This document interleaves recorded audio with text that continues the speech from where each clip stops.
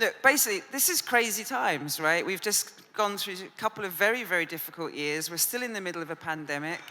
There's a war in Europe. Financial markets are all over the place.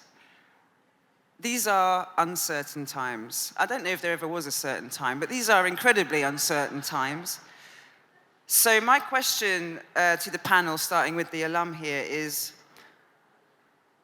what does that mean for us? Like, how do you build a strategy in an ever-shifting economic landscape? How do you cope with the stresses of the supply chain, of the markets, of all of those things? How have you managed to continue building your businesses? Well, hello, everyone. Good morning. I'm so happy to be here with these amazing women. And I think for me personally, it has to come from having the entrepreneurial mindset to start with.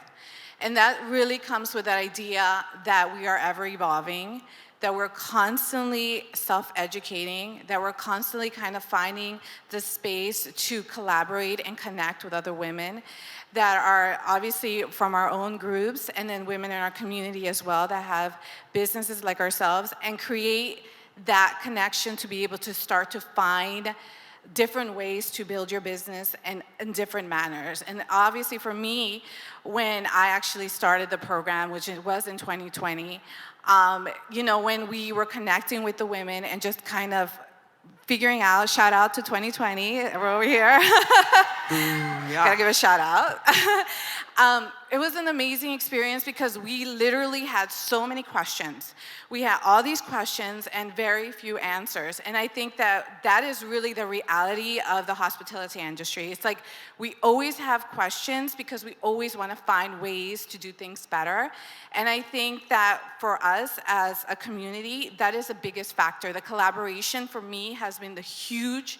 Being able to associate with James Beard, organizations like Regarding Her, amazing organizations that are out there really trying to find solutions for everyday problems that we are having, as far as staffing, as far as finding ways to diversify our businesses, whether it be creating a more online presence, being more involved with your social media, being focusing in on how you can have the same business and do it in different ways by building your catering and other functions, and then also being able to find ways to move forward and also be a creative, which is an important part of what we do. Because if you don't find passion in what you're doing, then at the end of the day, it's just like going through the motions, and you don't want to do that. You want to be able to also have time to build your creative mindset and be able to build things outside of your business that you are personally passionate about. So I think that's been a huge factor for me to be able to move forward and build our business.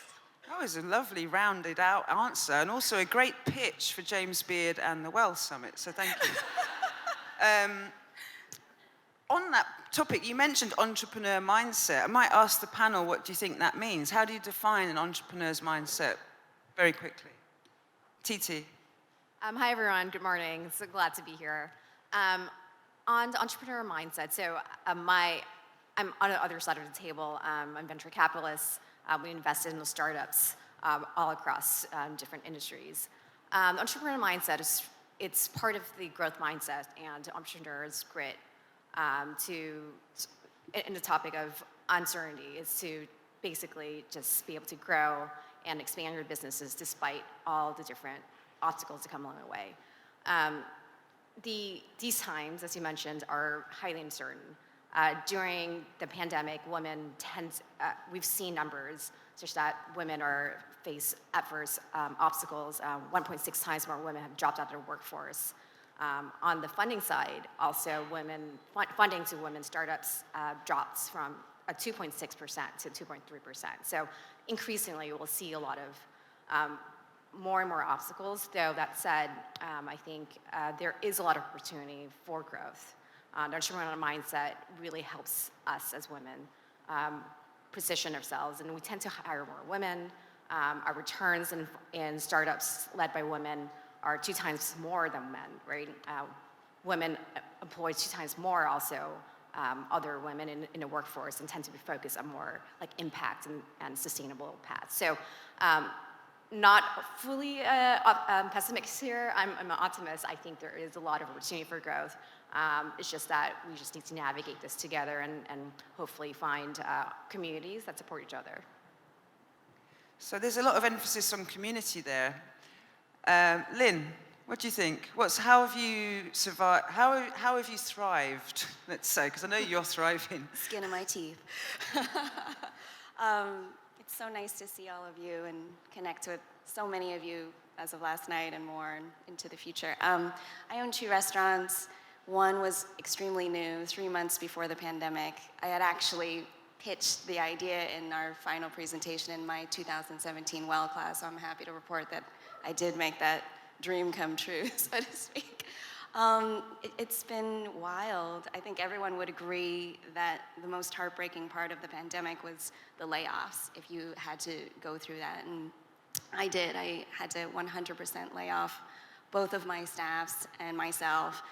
And then it was just about like grabbing at straws and solving one huge problem at a time. You know, I had like a $50,000 payroll that I needed to solve. And I guess to sum it all up, you know, the most wonderful thing that happened in the pandemic was, you know, out of my own fears and anxieties, I just pulled together as much community participation and enthusiasm through a really dark time. And in All Day Baby, for example, I've never seen a neighborhood called Silver Lake sort of come together and help save a really small restaurant that they actually didn't know that well because we were only 3 months old. And then from there, thank you for mentioning regarding her, you know, it's, you know, when you feel... Shout out to Mary Sue. When you feel sometimes at your loneliest and you also feel like you are not even as well off as some of your other peers, and you know, comparing is something you shouldn't get involved in, but I always felt like that, you know, and at the inception of Regarding Her, and it was a few of us women on a Zoom call, and they were all just like so gung-ho and like, you know, powerful as far as finding solutions to build an outdoor patio, and I'm like sitting on this Zoom call, and I'm like, I don't even have the money to purchase a heat lamp. Where are the heat lamps? But, you know, and I was like, you know, and I loved that we just talked about psychological safety. You know, I read that Google article too a few years ago, and I was like, oh my gosh, I love this concept. And I think about it a lot and probably talk about it a little bit with my staff, though, you know, they don't ask me a lot of questions as far as what it is, but I do my best to practice it, and sometimes in moments of like being in peer situations like this, I actually have that unsafe feeling. You know, I'm not always a natural like public speaker. I'm not always interested in sort of contributing because I'm not always sure that my voice matters, and that's probably, you know, issues of how I grew up.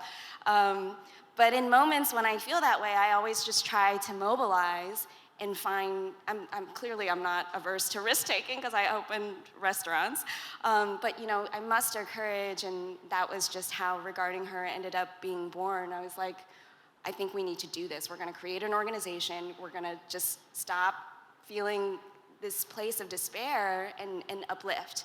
You know, I'm sure there's like 100 of us here in Los Angeles County that own restaurants that are women, that are mothers, and you know, balancing motherhood and all of that, and having to choose between their business and their families. And I was like, and we're gonna raise money, because there's all these rich brands out there that are, you know, wanna help actually. You know, I had all these meetings with like Bacardi and like Patron, and you're like, you have so much money, and they're like, what do we do? Should we make to-go bags? And I was like, yeah, and also just give us money.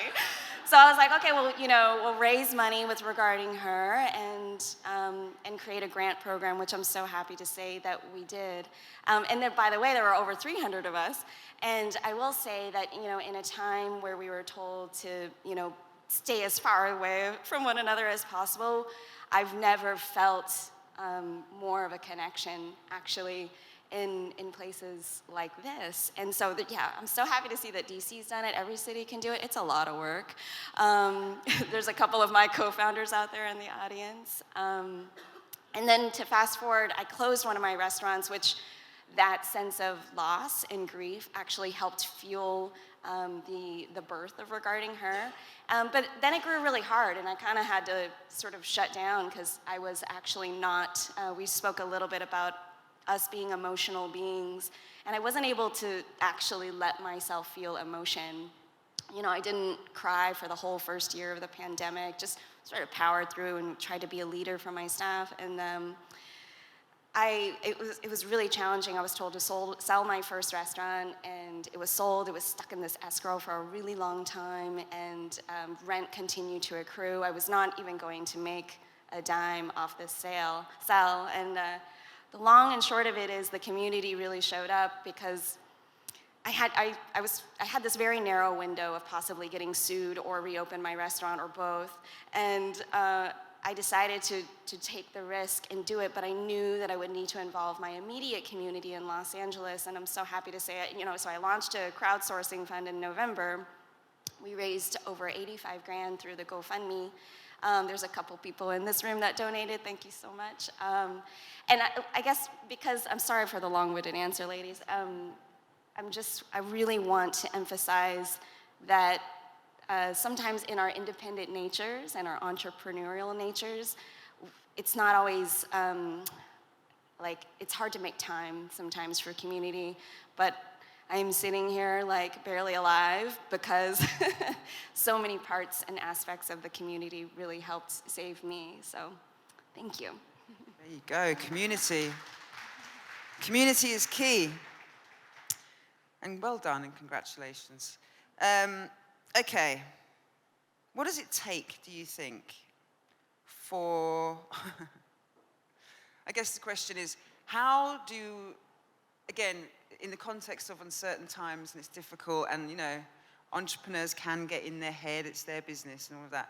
How do you lead and still impart the facility for your team or staff, or other people to lead as well, to train them up, even though you're battling all of the things, as Quinny said, about to crack. There's a lot going on, but how do you still instill a sense of, I want to teach my team to lead? And that's to anybody who wants to answer. In and outside of, go on. I'm happy to answer.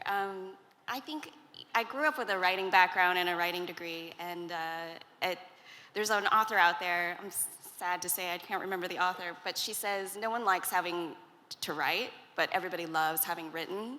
And what I try to show in my immediate managers and leaders in my team, you don't even have to be a manager, I always just call everybody leaders, is they're going to love and feel so great once they have solved a problem.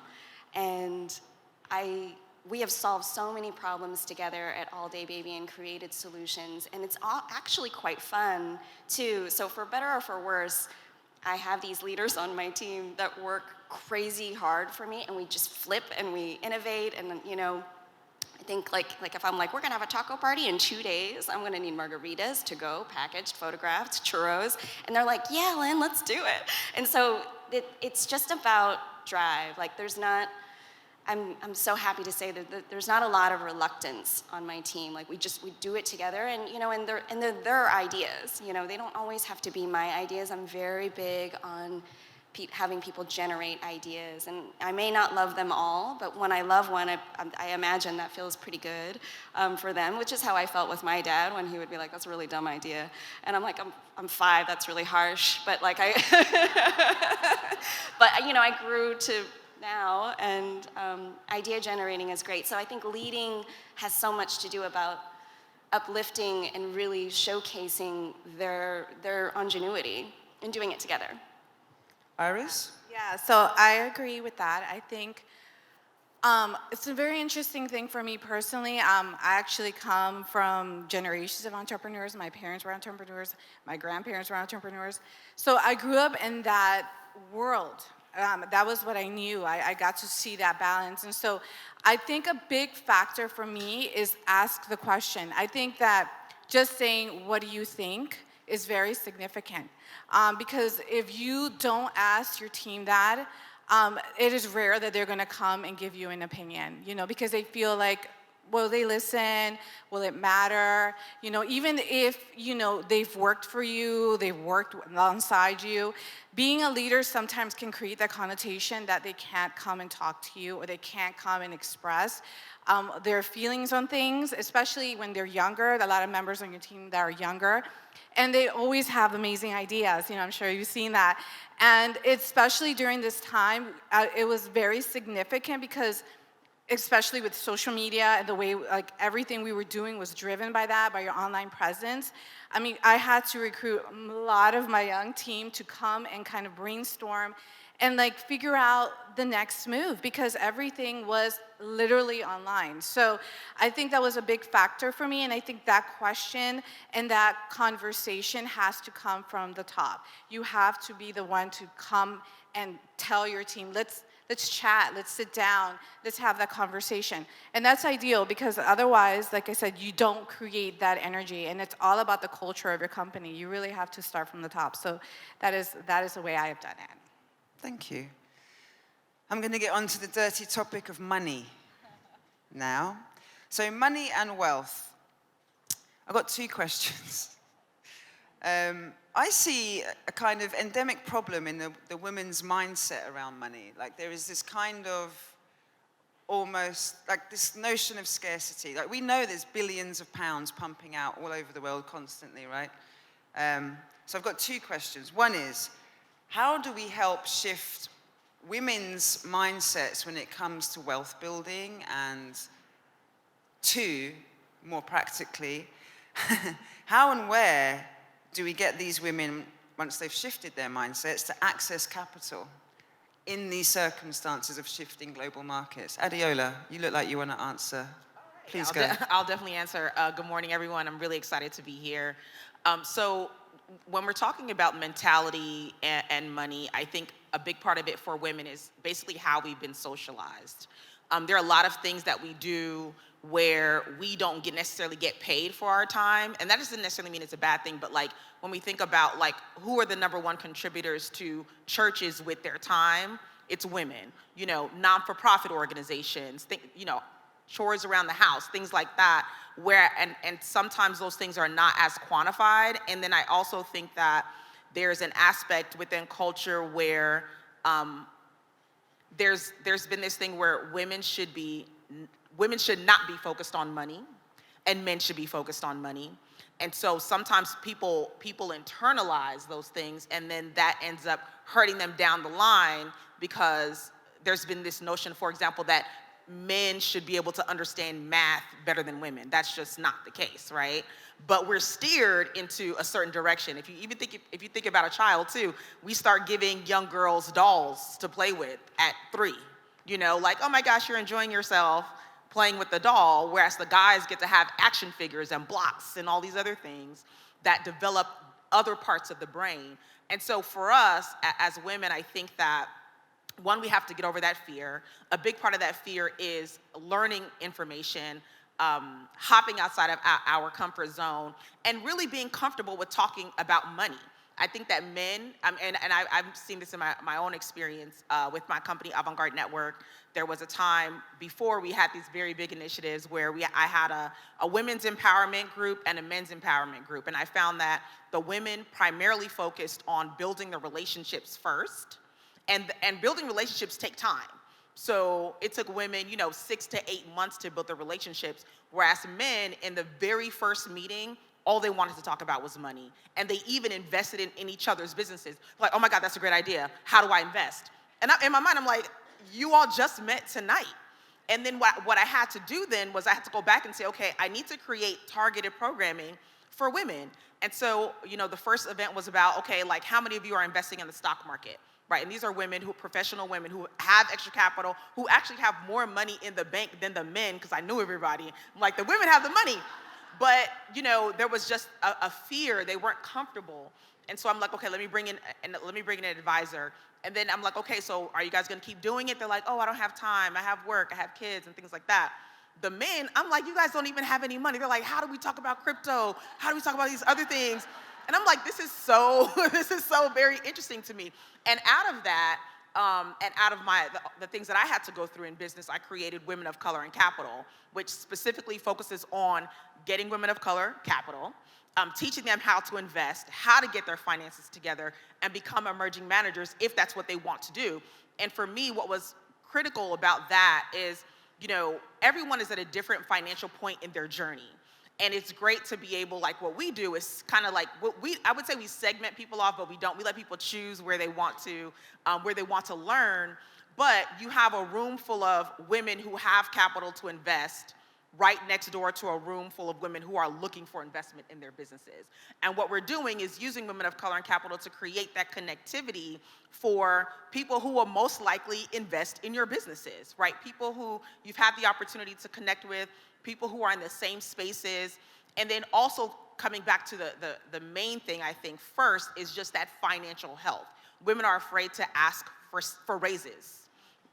They really know how to give a woman another title, but don't want to give the money. And so these are the hard conversations that we end up having to have, especially Black and brown women, because a lot of times we're not getting that initial funding for our businesses, and we're using our savings, we're using our salaries. In the event that you actually get a bonus, you're using that and you're investing it in your business. So it's really important that you're thinking about different aspects of not only your well, I would say physical, mental, and financial health, but then you're also thinking about how I can empower other women along the way as well. Thank you for a very full answer. Get her number, ladies, at the end of this. Titi, what do you think? Access to capital in these shifting, uncertain times. How do we access it? Well, you mentioned the word steering, which is pretty significant. Women tend to be steered towards certain directions. Their expectations about how we should look, or who's the typical profile that receives funding, right? This tends to be white men. That's the truth of it. And when women founders go to these pitches to get capital, a lot of the advice we're given is to dress a certain way, to not smile too much, to present yourself in a way that you think you can get more funding. I have friends who are pregnant, and now I think increasingly more and more investors are open to diversity and of entrepreneurs, and I think that's great. There's a lot of different avenues in which you can get funding. On the topic of steering, though, if you look at the numbers, oftentimes venture capital funding tends to be towards high growth businesses, and this is growth at all costs. So you raise money so that you can reinvest in your business for growth. Women tend to be steered towards building businesses that are more sustainable, in which, as a result, is that these are different type of funding sources that tend to be less venture capital driven. Right, so when we try to go through conversations with women, it comes down to sort of what type of businesses you want to grow, what type of business you want to build, and then there are different options beyond just venture capital funding that could help support these type of more sustainable, potentially less high growth at all costs businesses. And I think that's kind of the conversation you want to have, is that there are more options out there. Venture capital is not the only solution, and if venture capital funding is what you want, there are ways in which we can get that. Venture capital funding is... What are they? Sorry? Just kidding, sorry. You say there are ways, when there are ways, but what are the ways? Yeah, no, that's a great question. Part of this is changing who holds the decision-making in funding. A lot of the investors are also men. So the conversation starts at the top. Unfortunately, this takes a long time to change. The hope is that as we have more representation at the table, both at the founder, at the entrepreneurs, and also investors, will systematically change the patterns of funding. Yeah, and just to add to that real quick, I think, and when we're talking about that, we're also thinking about, like, when you're saying decision making, the stats show that women's returns are higher than men, right?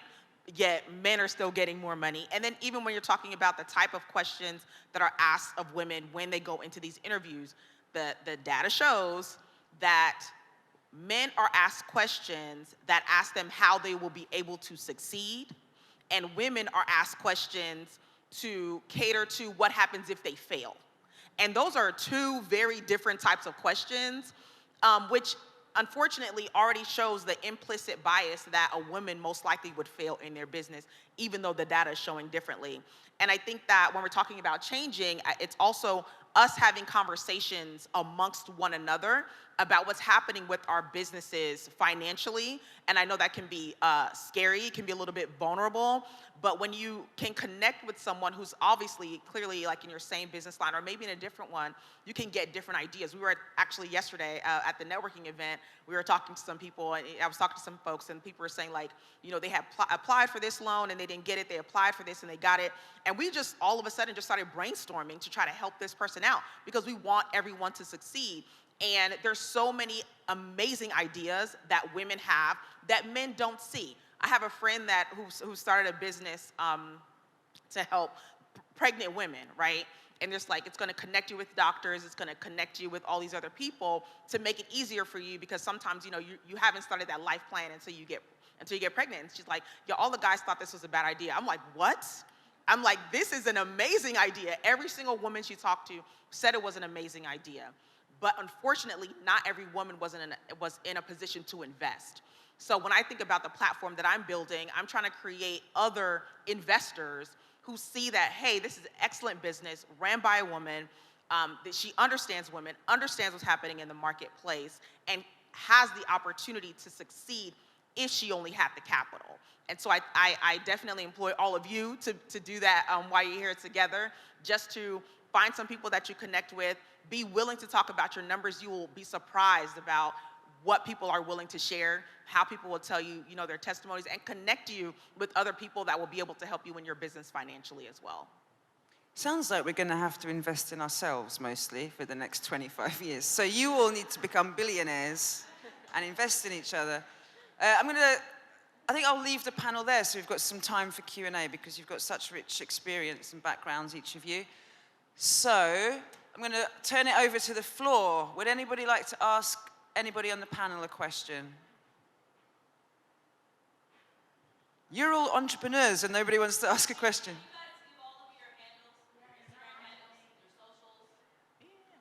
We can send that out post.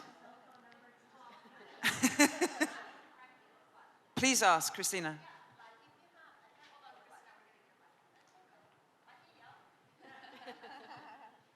Mine is actually a very practical question. Let's say that I have this, what I think, a brilliant concept. What do I do? I mean, how do I approach you? What do we need to present? Is there like a certain part of your office that is going to help us out to, or some other office is going to help us out to put down a business plan and things like that? Just very practical one. Is that directly to Adeola or in general? Oh, I can jump in. Yeah, so for me, essentially the way our model is structured is we have a very, very big conference, and we bring everyone into one room. And the reason why I wanted to do it that way is because as women, we're running our businesses, we're so busy, and a lot of times it's just hard to follow up and find people. So based on whatever track you choose, we are empowering you, whether you want to be an angel investor, if you're trying to get capital, venture capital, small business loans, grants, just learning how to make more revenue and profit in your business. We do it that way, and then a lot of times we'll also have programming online where we have experts come in and talk about the initiatives that they have, their recommendations, the things that they're seeing. And for me, when I talk to our speakers before they present, the main thing I want to know is, as someone who deploys capital, you do this daily, what are you seeing that people are doing wrong? And let's address that during the conference so that when people come to you, they're already several steps ahead of where they need to be. So a lot of times it's just signing up on our platform, womenofcolorandcapital.com. We send a ton of emails, a lot of emails about grants all over the nation, in addition to the conference as well. Does that answer? Thank you. Anybody else? I have a question for TT. What are the questions we should ask if we're looking for a low-interest business loan? Because I know we come in with our business plan, we come in with our hopes and dreams, but I'm sure if we don't ask the right questions to show that we're a good investment, then we may lose out the money that's on the table. Great question, and I love all these questions about where do we begin. We're taking the right steps to put ourselves there and put ourselves in the mindset of growth and getting funding. The best advice that we have effectively is to think through what your strengths are and what the strengths of your idea and business is.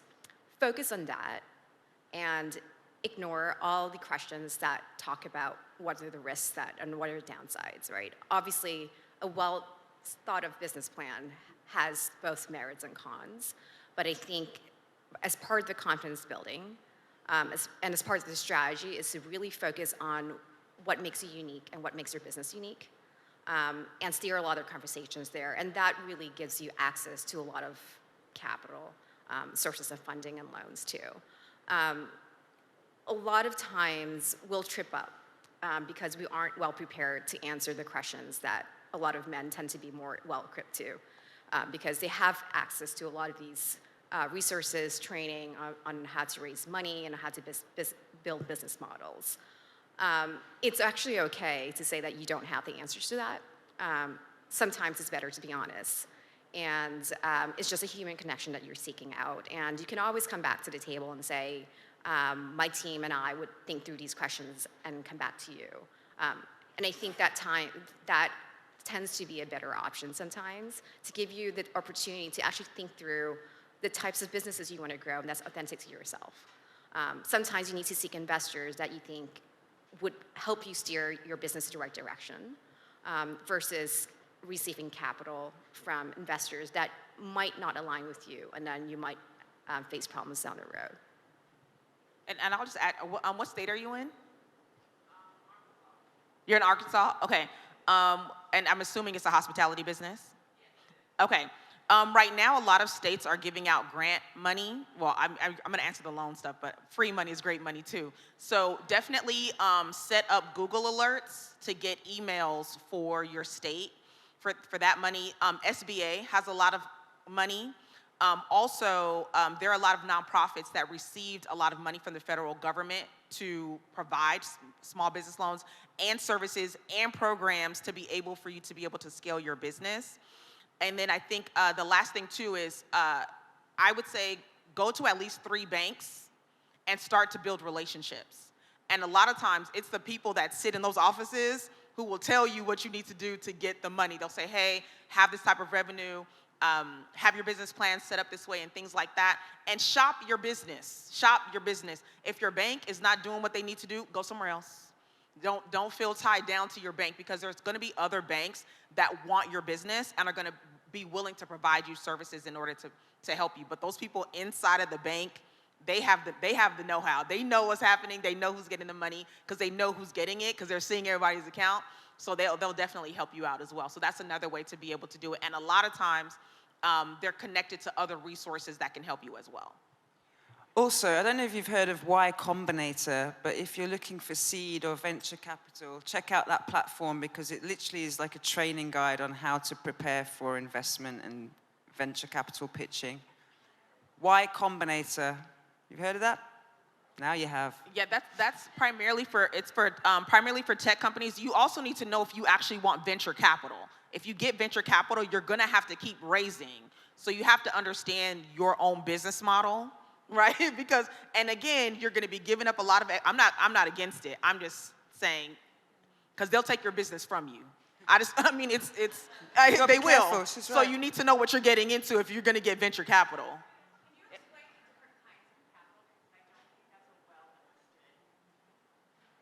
Okay, do you want to start? Okay. Okay, so we'll start with, I'll start small business loan.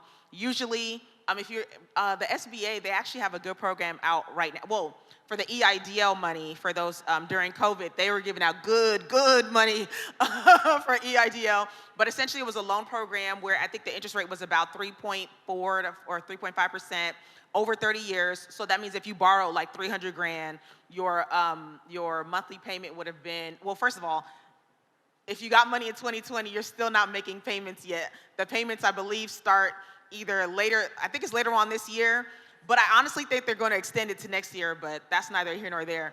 But your payment would have been like about $1,000 to $1,300 a month, we can do the math calculations, but there's EIDL, and then the SBA has different types of loan products too. So their programs where if you wanted to like buy the building, they would give you a loan. They'll give you a loan for that. So those, and I also think that's a good strategy depending on how much capital you have and how big your business is, because you can also use the units upstairs to generate more income for your business. Like let's say you wanted to have like a mini workspace or something like that. Grants, obviously, there's a lot of nonprofits out there giving out free money. What else is there? Oh, angel investors. Well, actually, before I get there, let me do crowdfunding. Crowdfunding, I think this is a great time for women to do crowdfunding.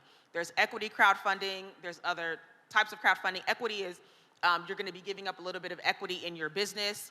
Now, sometimes that can be a good model, even if it's a little bit, because what will happen is people will feel more connected to your business and they want your business to succeed. So it's a great way to get, I don't want to say institutional knowledge, but I would say it's a great way to get folks who are experienced to give you their advisory time, right? If they're invested in the business, they have equity, you can call them anytime. They'll definitely be willing to give you some advice because they also have some ownership in the business. It's just like, owning stocks, right? If you own certain stocks, you're like, I'm paying attention to the news because I need this company to do well. The other forms of crowdfunding, which are really good, is you just basically give out like different types of gifts. Like you donate at this level, you get a t-shirt. You donate at this level, we tweet you. You donate at this level, you get more money. You get more things. So that's a great way to do it. I would say for those in the hospitality sector, which is everyone here, a great thing to consider too is like if someone, donates at like the 500 level or something like that, you can just do a private dinner. They can taste your food and you got money. So I think that's, some other ideas, but you can always brainstorm with other people, but also thinking about. Charge more than 500 for that. Oh, okay, sorry. Way more. Okay, 5,000, charge 5,000. 10 G's. Okay, talk to Zoe about the numbers. She'll tell you what the numbers should be. I'm just throwing the ideas out there. Because we're just running out of time a little bit. So just for super clarity on Tamar's question, and without making the venture capitalists the demons of the world, what is, maybe Titi, you're best off to defend your venture capitalism, because they have a really bad, but venture capitalism get a bad rep, right? Because, my understanding is a venture capitalist is going to come in with very demanding, high expectations. They're going to want a lot of involvement and decision-making over your business, and they want you to grow fast so they can get out quick. And they're kind of ruthless in their pursuit of finance, whereas an angel investor is probably more sympathetic to your business needs and has a more holistic approach. And they don't always necessarily want the money back. Sometimes an angel investor just needs to drop it off their, tax write-off and stuff like that. Am I right or am I wrong? Can you just clarify for the audience? Oh, this is a great conversation to have. Just like there are different types of entrepreneurs, also different types of venture capitalists. I think the most important thing is to have this courtship period in the beginning, to be very, very aligned with you as an entrepreneur and as a business owner, what you want to, how you want to grow your business. That's what your vision is, what your priorities are, and make sure that this is aligned with an investor, because that would really set the tone on what the expectation is of their funding. There are investors out there that are more patient. There's impact funds, which the return expectations are still there, but they don't really force you to exit prematurely. There are a lot of really great advisors, and these are sort of the type of investors you should be seeking out. Those that can, beyond the capital, give you the advice that you need to really grow your business and make sure that this is really authentic to your path. I really don't want you to think that all venture capitalists are exactly the same. When I was an entrepreneur, I've sought out a lot of these investors, and I think probably the discussions that you have along the way, whether it's a match or not, I think those are learning opportunities, and I think the best advice you can have is just to listen to what you're in these conversations. Whether it's a no, there are lessons to be learned out there, and really just get back to them and say, what was the misalignment? Why didn't you fund me? Because those are as great learning opportunities that is as it is if you were to get money from anybody. Thank you so much. Thank to all of the panel, Lien, Iris, Adeola, Titi, thank you so much for joining us today. Hope you enjoyed this conversation. We're off.